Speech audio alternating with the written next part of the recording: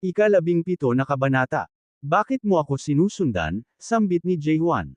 Bakit, akala mo ba mayroon akong masamang intensyon? Sambit ni Mino. May bago ka bang pinaplano? Sambit ni Jae-hwan. Paano mo nalaman, ang plano ko ay patayin ka, sambit ni Mino habang kumikindat kay Jae-hwan. Ano ba ang makukuha mo kapag mapatay mo ako? Tanong ni Jae-hwan. Magiging mayaman ako, gamit ang mga kagamitan mong maiiwan, sambit ni Mino, at napangiti na lang si Jae-hwan. Totoo ang sinasabi ko, sambit ni Mino, oo na kung iyan ang sabi mo, sambit ni Jae-hwan. Walang buhay naman, ang iyong reaksyon, hay nako kalimutan mo na nga iyon, heto tanggapin mo ito, sambit ni Mino. Ano ito? Tugon ni Jae-hwan, ang damit mo. Hindi ko gustong makita na ganyan ang suot mo, at gusto rin humingi ng tawad, sambit ni Mino. Ganon ba? Tugon ni Jae-hwan. Ano na ngayon ang gagawin mo? Hindi mo, nakaharap ang demonyo, sambit ni Mino.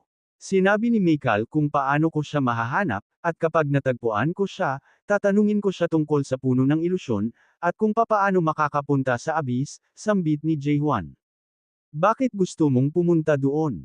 Tanong ni Mino, bakit gusto mong malaman ang plano ko, sambit ni Jae-hwan.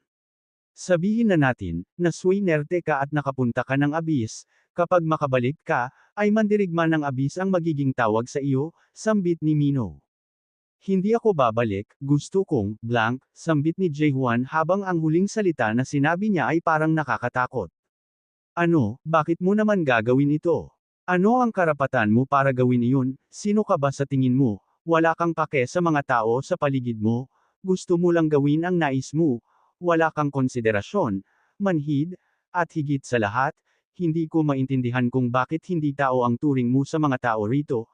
Ako at ang mga taong nakatira dito ay totoong tao, kahit na mahina, at duwag ang iba, di gaya mo, ngunit ito ang masasabi ko, tao rin ako, galit na sambit ni Mino.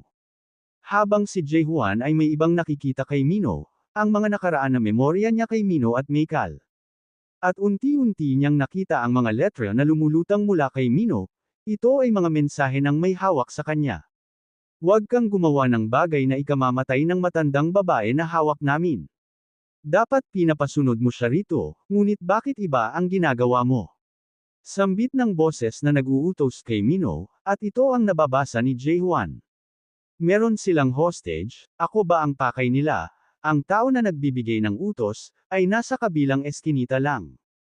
Ngunit para masalbo ang hostage, kailangan ko bang ilagay sa panganib ang sarili ko?